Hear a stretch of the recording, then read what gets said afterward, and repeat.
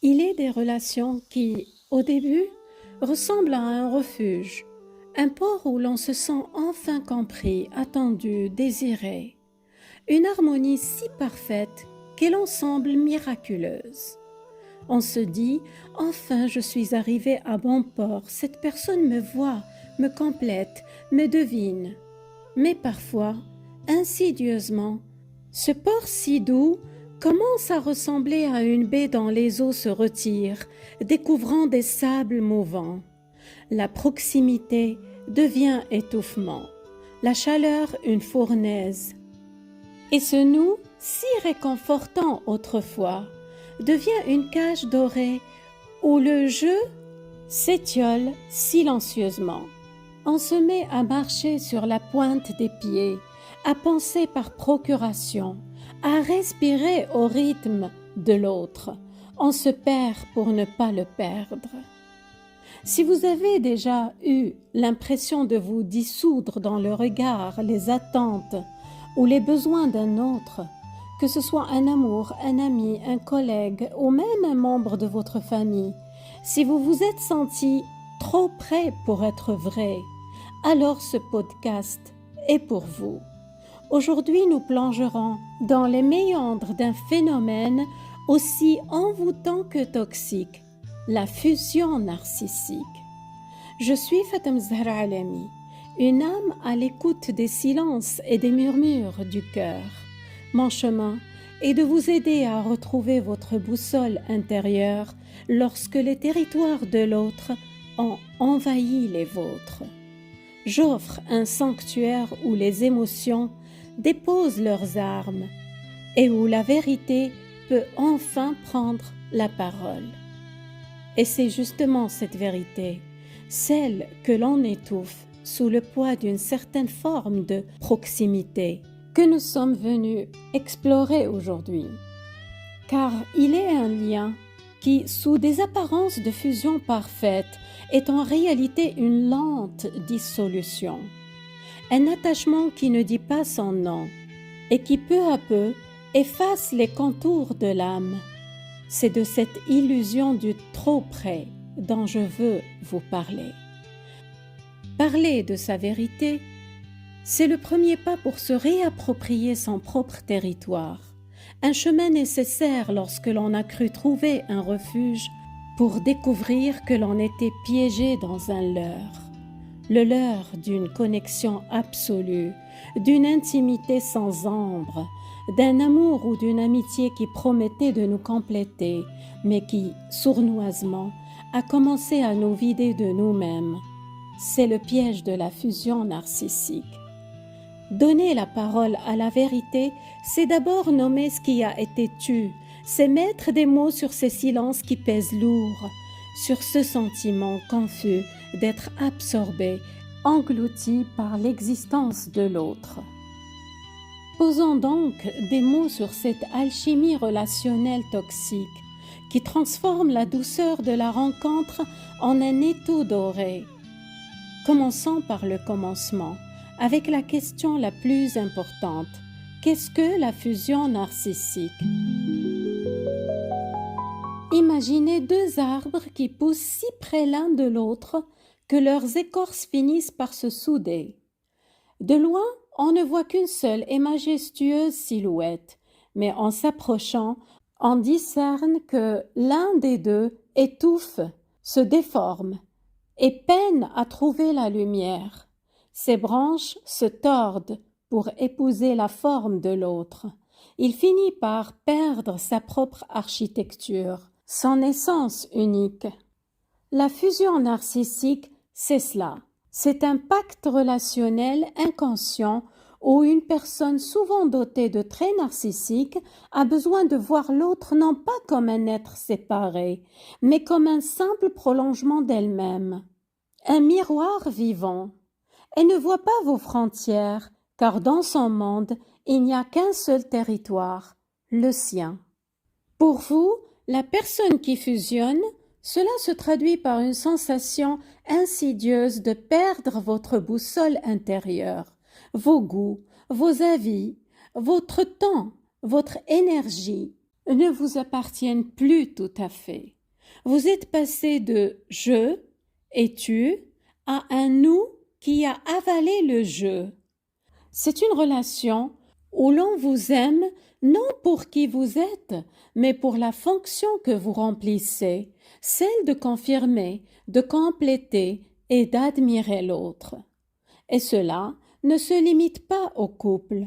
C'est une dynamique qui peut s'installer avec toute personne proche qui peut vous considérer comme une partie d'elle-même, au détriment de votre intégrité. Mais comment en arrive-t-on là? Quel est le moteur secret de cette danse à deux qui tourne au cauchemar? Côté narcissique, il y a une peur archaïque, presque animale, de l'abandon et de l'effondrement. Pour cette personne, la séparation n'est pas une simple tristesse, c'est une menace d'anéantissement. Sans le reflet constant que vous lui renvoyez, elle a l'impression de se désintégrer, de ne plus exister. Vous devenez son oxygène, et c'est pour cela qu'elle tiendra à vous si près, qu'elle vous étouffera. Elle utilise des mécanismes comme la projection, vous faire porter ses propres fragilités qu'elle ne supporte pas, et l'introjection, s'approprier vos qualités comme si elles étaient siennes. Vous n'êtes plus une personne, vous êtes une fonction vitale. Mais il existe une tragique ironie au cœur de ce système. Le plus cruel dans tout cela, c'est que plus la personne narcissique poursuit désespérément sa quête de supériorité et de contrôle, plus elle creuse, sans le savoir, les fondations de son propre effondrement. Prenez par exemple le discard. Cette rupture soudaine et brutale après une relation si fusionnelle. Ce n'est pas une simple séparation, c'est un acte d'une violence insensée. C'est brûler son propre vaisseau de sauvetage, c'est couper le lien qui la maintient à flot. Pourquoi ferait-elle une chose aussi destructrice? La raison est triple, et elle est froidement logique pour le narcissique. Premièrement, la fusion elle-même devient un danger avec le temps. La proximité extrême, l'intimité vraie, cette connexion profonde que vous pensiez partager deviennent insupportables. Pour le narcissique, être vu et connu si profondément équivaut à être mis à nu, vulnérable, et la vulnérabilité, pour lui, est la mort de l'image grandiose qu'il tente désespérément de maintenir. Il doit fuir pour se protéger de la vérité que votre proximité révèle. Deuxièmement, vous devenez un miroir trop fidèle. Votre authenticité, votre normalité, votre capacité à aimer sans calcul, tout cela reflétait sans même que vous le vouliez, son propre vide et ses incapacités relationnelles. En vous rejetant, il ne faisait pas que vous écarter. Il brisait le miroir qui lui renvoyait une image de lui-même qu'il ne pouvait absolument pas supporter. Enfin, c'est un acte de survie psychologique désespéré. C'est souvent une réaction paniquée à une blessure narcissique, un événement, parfois infime, où il sait sentir abaissé, jugé ou simplement ordinaire à vos côtés. Pour se sauver de cette sensation d'effondrement, il a sacrifié la relation la plus précieuse sur l'autel de son estime de soi fragile. C'est une tentative désespérée de reprendre le contrôle, même si cela signifie se couper de sa propre source d'oxygène. Voilà pourquoi une relation fusionnelle avec un narcissique est par nature un pacte avec l'éphémère. Elle ne peut que finir tôt ou tard par un discard, souvent suivi de plusieurs autres rejets dans une danse douloureuse de rapprochement et d'éloignement. En comprenant cela, on entrevoit la tragédie ultime, la prison à double fond dans laquelle la personne narcissique est enfermée sans clé. Voyez-vous, elle est piégée dans un enfer dont vous êtes devenu le symbole.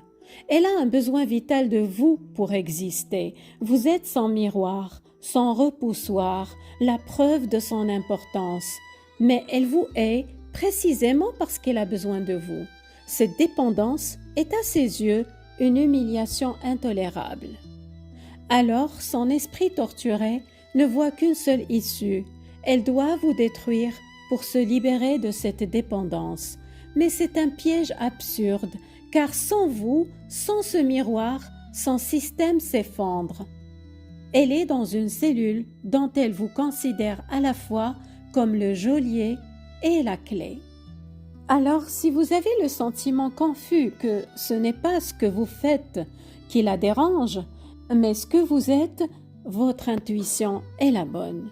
Votre simple existence, votre résilience, votre authenticité qui refuse de se plier ou de disparaître, tout cela est perçu comme une agression contre la réalité falsifiée dans laquelle elle vit. Ainsi, en maintenant votre position, en refusant de jouer le rôle du monstre ou de la victime silencieuse, vous ne faites pas que vous protéger. Sans un mot, vous lui montrez chaque jour les barreaux de sa propre cellule. Et de votre côté, souvent une blessure ancienne vous a appris que pour être aimé, il fallait se faire petit, que votre valeur résidait dans votre capacité à apaiser, à comprendre, à soutenir. Vous êtes peut-être une âme empathique, et votre grande capacité à vous mettre à la place de l'autre est devenue, sans que vous le sachiez, votre talent d'Achille. Vous avez confondu amour et sacrifice, abnégation et dévotion, et sans le vouloir, vous avez laissé les frontières de votre jardin intérieur devenir poreuses jusqu'à ce que l'autre y installe sa propre maison. C'est un système qui se nourrit de lui-même. Plus il prend, plus vous donnez, et plus vous donnez, moins il vous reste. Comment reconnaître cette fusion dans le quotidien? Quels sont ces petits signaux d'alarme qui, mis bout à bout, forment une constellation de l'étouffement? Le premier, le plus flagrant, c'est l'absence de frontières. Avoir un avis différent devient une trahison.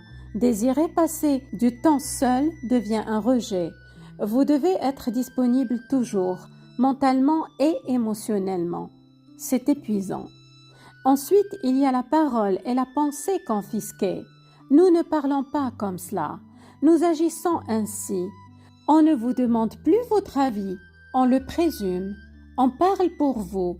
On peut même raconter aux autres des choses rabaissantes sur vous en votre présence. Et petit à petit, vous ne savez même plus ce que vous aimez. Le nous a colonisé le je. Il y a aussi l'inversion de la responsabilité émotionnelle. Vous marchez sur des œufs perpétuellement. Si l'autre est de mauvaise humeur, c'est de votre faute. S'il est déçu, c'est que vous n'avez pas été à la hauteur. Vous portez le poids de ces états d'âme comme un fardeau sacré. Et puis, il y a ce sentiment subtil mais tenace de devenir étranger à soi-même. Vous vous regardez dans le miroir et vous avez un vague sentiment de flou. Qui êtes-vous en dehors de cette relation? La réponse vous échappe. Vous avez perdu la clé de votre propre maison. Si cela dure, les conséquences peuvent être profondes et douloureuses. C'est d'abord un épuisement qui n'est pas seulement physique, mais une fatigue de l'âme. On appelle cela un burn-out relationnel. Vous êtes vidé parce que vous avez puisé dans vos réserves les plus profondes pour alimenter un puits sans fond. Vient ensuite souvent l'anxiété, la dépression. Le moi étouffé n'arrive plus à respirer. Il envoie des signaux de détresse. Le corps aussi peut parler. Maux de tête, dos, troubles du sommeil, c'est le prix de la guerre silencieuse que vous livrez intérieurement. Dans les cas les plus graves, on peut parler de syndrome de stress post-traumatique complexe. L'exposition prolongée à cette emprise douce vous a laissé un état d'hypervigilance constant. Vous surveillez le visage de l'autre, son humeur, comme on guette une tempête. Vous avez oublié ce que c'était que de vous sentir en paix. Le plus grand danger finalement, c'est de finir par croire que c'est cela l'amour, que se perdre pour l'autre est la plus belle preuve d'amour qui soit. C'est là que réside la plus grande tromperie. Alors, comment fait-on? Comment retrouve-t-on son souffle et son visage après s'être tant dissous? Le premier acte de bravoure, c'est la prise de conscience. Reconnaître que ce que vous viviez n'était pas de l'intimité, mais de la fusion. C'est douloureux, mais c'est un acte de vérité envers vous-même. C'est allumer une lumière dans le brouillard. Ensuite, vient le courage des petites frontières. Ce n'est pas un mur que vous érigez d'un coup. C'est une clôture que vous redressez poteau après poteau. C'est dire « j'ai besoin de ce moment pour moi ». C'est affirmer « sur ce point, je ne suis pas d'accord ». Chaque micro-frontière est une victoire. Il faut retrouver son moi perdu. Reconnecter avec ce qui vous faisait vibrer avant. Ce livre, cette musique, cet ami, tenez un journal. Redemandez-vous « et moi, qu'est-ce que j'en pense ?» C'est un travail de rééducation de votre propre voix intérieure. Cherchez du soutien. Un bon thérapeute est un témoin bienveillant et un guide sur ce chemin. Parler à des amis de confiance peut briser l'isolement et vous redonner un regard extérieur au vôtre. Et surtout, déprogrammez-vous de la responsabilité de l'autre. Vous n'êtes pas le gardien de son bonheur. Ses émotions lui appartiennent. Répétez-vous cela comme un écho bienveillant que vous vous renvoyez. Soyez prêts, la personne narcissique réagira souvent violemment à ce détachement. La rage, les accusations, le chantage, ce ne sont pas des signes que vous avez tort, mais que vous avez touché juste, que vos frontières commencent à tenir. Sortir de la fusion narcissique, ce n'est pas briser un lien par haine. C'est paradoxalement le seul moyen de pouvoir un jour, peut-être, retrouver une relation saine. Car une relation ne peut exister qu'entre deux entités distinctes, solides et respectées. C'est un chemin de deuil, de l'illusion de l'âme sœur parfaite et de renaissance à vous-même. C'est réapprendre que l'amour vrai ne demande pas de disparaître, mais de s'épanouir côte à côte dans la douce et respectueuse distance qui permet à chacun de grandir. Prenez soin de votre jardin intérieur. Il est le seul et unique sanctuaire de votre être. Prenez bien soin de vous.